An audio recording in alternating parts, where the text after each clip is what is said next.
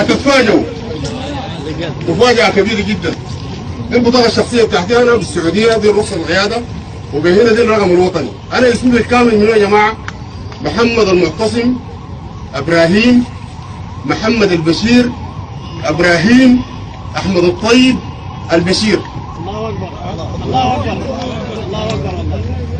أصلح لكم شوية باللغة السودانية ولا المصوفة. أنا الشيخ محمد المعتصم الشيخ إبراهيم الشيخ محمد البشير الشيخ إبراهيم الدسوقي الشيخ أحمد الطيب المدفون في مرعي شمال أم درمان. الله أكبر الله أكبر الله أكبر. أولا يا جماعة كل ما قاله هذا الشيخ أنا كل الشرائط بتاعته باليوتيوب أنا ومعاي مجموعة كبيرة جدا من أبناء الطريقة الطيبية السمانية نعيدها لعشرات المرات. الله أكبر. عشرات المرات نعيدها.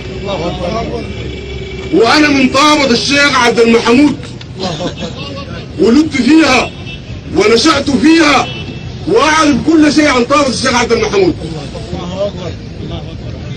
هذا الرجل بما ظل يقدمه لنا من خدمة أبناء الطريقة الطيبية السمانية الذين اهتدوا إلى منهج السنة الصحيح. الله أكبر. عشرات بل مئات من أبناء هذه الطريقة الطيبية السمانية الحمد لله كان لهذا الرجل الفاضل الشيخ الكريم الشجاع وهو يتحدث هذا في هذا المكان ويتحدث عن الحقائق ويتحدث عن الكتاب والسنة. كان له رزقا كبيرا وباعا كبيرا في ينور علينا كل ما قاله. انتقد الشيخ عبد المحمود مرتين في كتاباته كظاهر الرياض ونحن نشكره على ذلك لأنه قال غور الحق. الله أكبر. انتقد ابن عمي واخي البروفيسور حسن الشيخ غريب الله الفاتح في كتابه وفي كتاباته الغريبة وكان له غزا كبيرا في هدايتنا الى الطريق الصحيح. والله العظيم انا 3 سنوات بتصل على جوال هذا الرجل من السعودية وانا الان اجي الصدفة هنا من بحري عشان القاه عامل لقاء.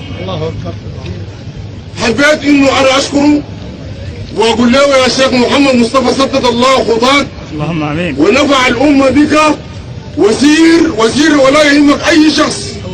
نحن معك لانك انت مع الحق. الله أكبر. معانا مجموعه كبيره جدا من ابناء الطريقه الطيبيه السمانيه.